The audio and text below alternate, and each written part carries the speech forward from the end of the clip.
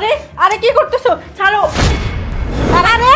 কেন কি করতেছো? এই যে দেখেন, আমার কথা তো বিশ্বাস করেন নাই, এখন নিজের চোখে দেখেন। এবার আমাদের দুজনের কেউ যদি একটাও বাচ্চা দিতে না পারি তাহলে কিন্তু আমাদের এই বাসায় রাখবে না, কথাটা মাথায় রাখিস। এখন আমি কি করব বল? আমি তো চেষ্টা করতেছি, না হলে আমি কি করব? কি করি বলতো, কোনোভাবেই তো কিছু হচ্ছে না। জিসান আমাকে বলে দিয়েছে যদি 3 মাসের মধ্যে বাচ্চার কোনো সুখবর দিতে না পারি তাহলে নাকি আমাকে এই বাসায় রাখবে না, ডিভোর্স দিয়ে দিবে। তোর ভাইও তো আমাকে সেম কথাই বলেছে, আমি যদি 3 মাসের ভিতরে কোনো সুখবর না দিতে পারি তাহলে নাকি আমাকে ডিভোর্স দিয়ে এই বাসা থেকে বের করে দিবে। এই বাসা থেকে বের করে দিলে আমরা কই যাব বল? হ্যাঁ তাই তো, এই বাসা থেকে বের করে দিলে আমাদের দুজনের রাস্তায় রাস্তায় ভিক্ষা করতে হবে। আচ্ছা তুই বল তো, তুই তো এই বাড়িতে বিয়ে হয়ে আসছিস 3 বছর হলো, আমি না হয় আসছি মাত্র 2 বছর, কিন্তু তোর কেন বাচ্চা হচ্ছে না? আর আমি না একটা জিনিস বুঝতে পারছি না, আমার সমস্যা নাকি জিসানের সমস্যা, কেন যে বাচ্চা হচ্ছে না কিছুই বুঝতে পারছি না। ওটাই তো। কি ব্যাপার, কি করতেছো তোমরা? এই তো আমরা একটু গল্প করতেছিলাম। ও আচ্ছা। আচ্ছা আপনারা এই সময় বাসায় আমি আর ভাইয়া তোমাদেরকে একটা গিফট দেওয়ার জন্য বাসায় আসছি। গিফট নিয়ে আসছো? দাও গিফট। কই কি গিফট নিয়ে আসছো? দাও আমাদেরকে। এই তো দিব তো, এই যে দেখো। দেখি দেখি দেখি। আরে দাঁড়াও না, এত টানাটানি করতেছো কেন? এইটা তোমাদেরকে দিব আমরা, কিন্তু একটা শর্ত আছে। কি শর্ত? হ্যাঁ এই গিফট পাওয়ার জন্য আমার শর্ত আছে। কি শর্ত ভাইয়া? আরে শর্তটা হলো তোমরা দুজনের মধ্যে আগামী 1 মাসের মধ্যে যে আমাদেরকে একটা সুখবর শোনাইতে পারবে তাকে এই গিফটটা দেব আমরা। কি বলেন, এই গিফট পাওয়ার জন্য আমার আগামী 1 মাসের মধ্যে সুখবর দিতে হবে? আচ্ছা ঠিক আছে, আমরা দিব, কোনো সমস্যা নাই, তাও গিফট আমাদের চাই। আচ্ছা ঠিক আছে, তুমি কি বলো ছোট ভাই? হ্যাঁ ভাইয়া, তুমি ঠিকই বলেছো। আর শোনো, তোমরা গত 2 বছরে আমাদের 2 ভাইকে কোনো সুখবর দিতে পারোনি। এখন তোমাদের দুজনের মধ্যে আগামী 1 মাসের মধ্যে যে আগে বাচ্চার সুখবর দিতে পারবে সেই স্বর্ণের চেনটা পাবে। আচ্ছা ঠিক আছে, কোনো সমস্যা নাই। শোনো, এই চেইনের দাম কিন্তু 1,80,000 টাকা। যদি তোমরা সুখবর দিতে পারো এই চেইনটা কিন্তু তোমরা যে কোনো একজন পাবা। আচ্ছা তুমি কোনো চিন্তা করো না, আমরা আল্লাহ রহমত করলে নিশ্চয়ই সুখবর দিব। আচ্ছা ঠিক আছে, তাহলে আমরা এখন বিজনেসের কাজে বাইরে যাব, তো তোমরা থাকো। হ্যাঁ ভাইয়া চেনটা আমাদের কাছে রেখে যান। না, চেইনটা তখনই দেওয়া হবে যখন তোমরা দুইজনে আমাদেরকে একটা সুখবর দিবা। আচ্ছা ঠিক আছে। আচ্ছা থাকো। হ্যাঁ চলো ভাই। ঠিক আছে, থাকো। হ্যাঁ এই শুনলি কি বললো? 1,80,000 টাকা এই চেনের দাম। যেভাবেই হোক এই চেন আমাদের পেতেই হবে। এখন কি করব বলতো?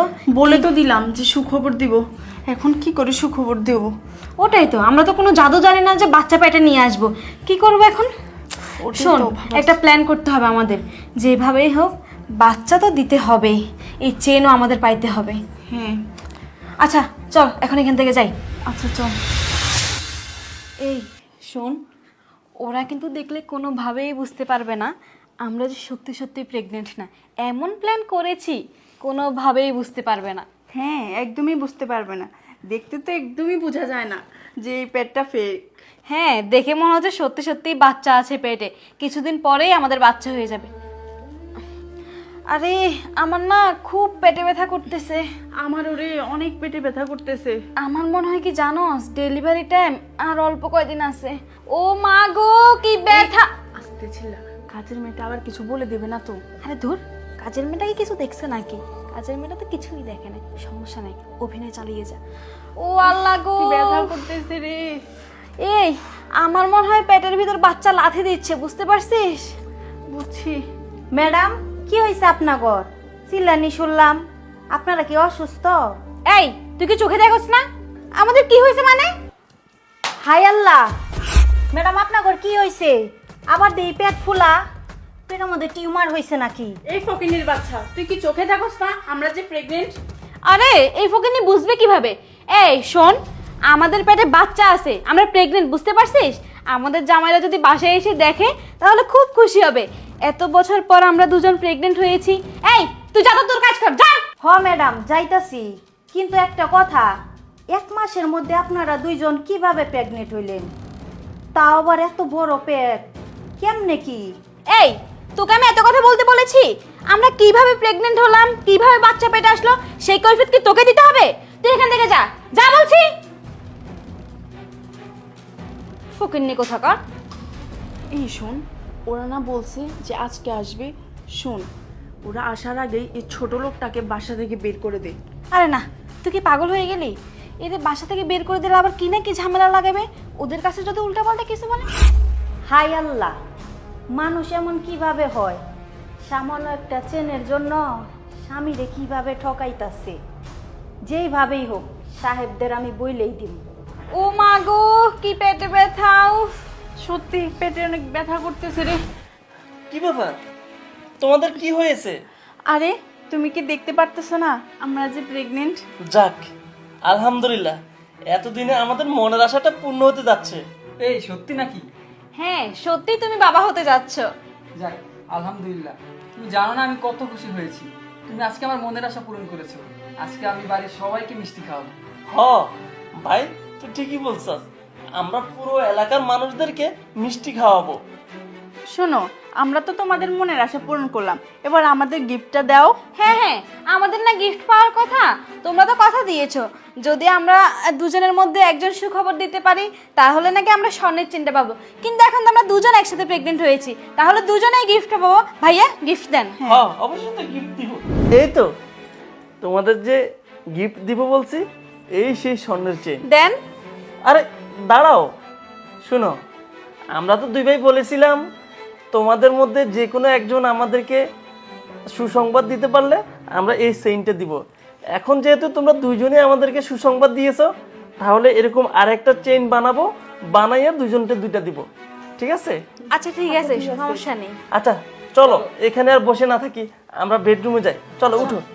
দাঁড়ান, ম্যাডামরা তো প্রেগনেন্ট, আমি একটু পরীক্ষা করে দেখতে চাই পেটে বাচ্চা আছে কিনা। এই বিয়াদব, তুই কি বলতেছো? তোর ম্যাডাম প্রেগনেন্ট, তুই বাচ্চা আছে কিনা পরীক্ষা করবি? এই তুই কি ডাক্তার নাকি? ডাক্তার যে তুই পেটে বাচ্চা আছে কিনা তুই সেটা পরীক্ষা করবি?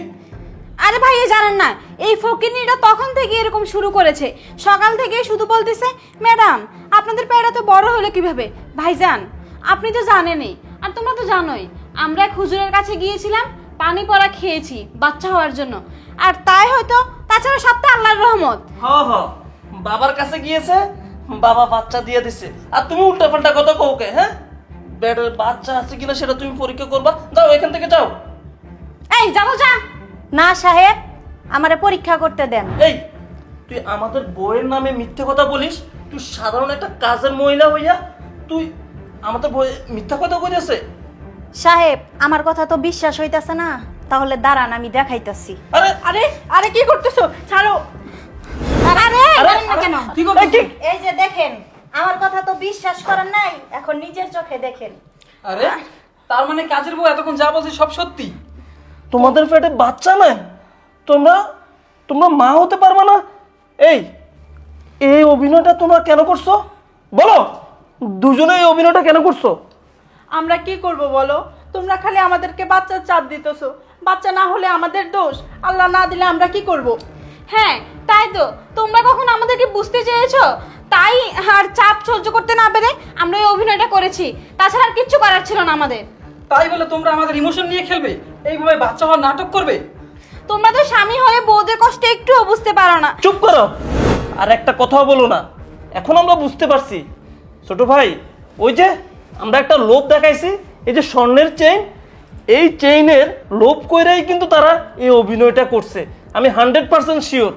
এই এরা কিন্তু অনেক লোভী, এদের সাথে সংসার করা যাবে না আমাদের।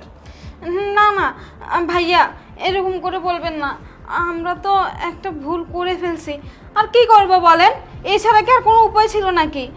না বুঝে এমনটা করে ফেলেছি। হ্যাঁ দেখো, আমাদেরকে এবারের মতো মাফ করে দাও। এমন তোমাদেরকে মাফ করা যাবে না, তোমরা যে কাজ করেছো অনেক বড় অন্যায় করেছো, তোমাদেরকে মাফ করা যাবে না।